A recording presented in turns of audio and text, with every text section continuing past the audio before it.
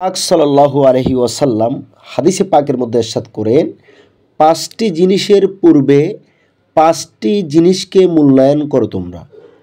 অর্থাৎ 5টি জিনিস সংগঠিত হওয়ার পূর্বেই অন্য 5টি জিনিসকে মূল্যায়ন করো। 1 নাম্বার, বার্ধক্যের পূর্বে যৌবনকালকে, ব্যস্ততার পূর্বে অবসরকে, মৃত্যুর পূর্বে জীবনকে, রোগান্ত হওয়ার পূর্বে সুস্থতাকে, দরিদ্রতার পূর্বে সচ্ছলতাকে। এই 5টি জিনিস যদি আমরা ধারণ করতে পারি, অবশ্যই আমি একজন সফলকাম মানুষ হব।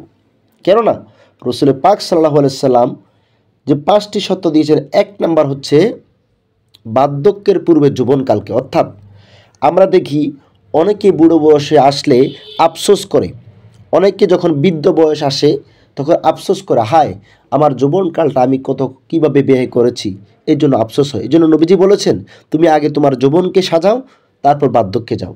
2 নম্বর নবীজি বলেছেন, ব্যস্ততার পূর্বে অবসরকে।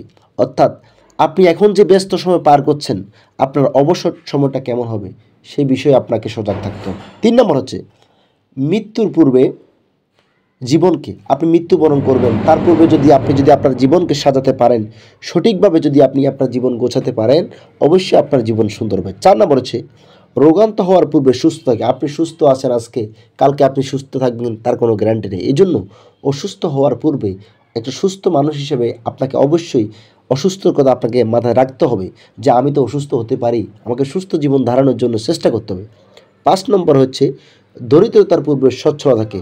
অর্থাৎ আপনি জানেন আজকে আপনার পকেটে টাকা পয়সা আছে, কিন্তু কালকে হয়তো আপনার কাছে টাকা নাও থাকতে পারে, সচ্ছলতা নাও, দরিদ্রতা আসতে পারে। এই জন্য আমরা যখন টাকা পয়সা আসবে অপচয় করব না, আমরা আমাদের খেয়াল রাখবো। তাহলে রাসূল পাক সাল্লাল্লাহু আলাইহি সাল্লামের এই কথা অনুযায়ী আমরা যদি আমাদের জীবনকে গঠন করতে পারি, অবশ্যই আমাদের জন্য সফলতা আছে। আসসালামু আলাইকুম রহমতুল্লাহ।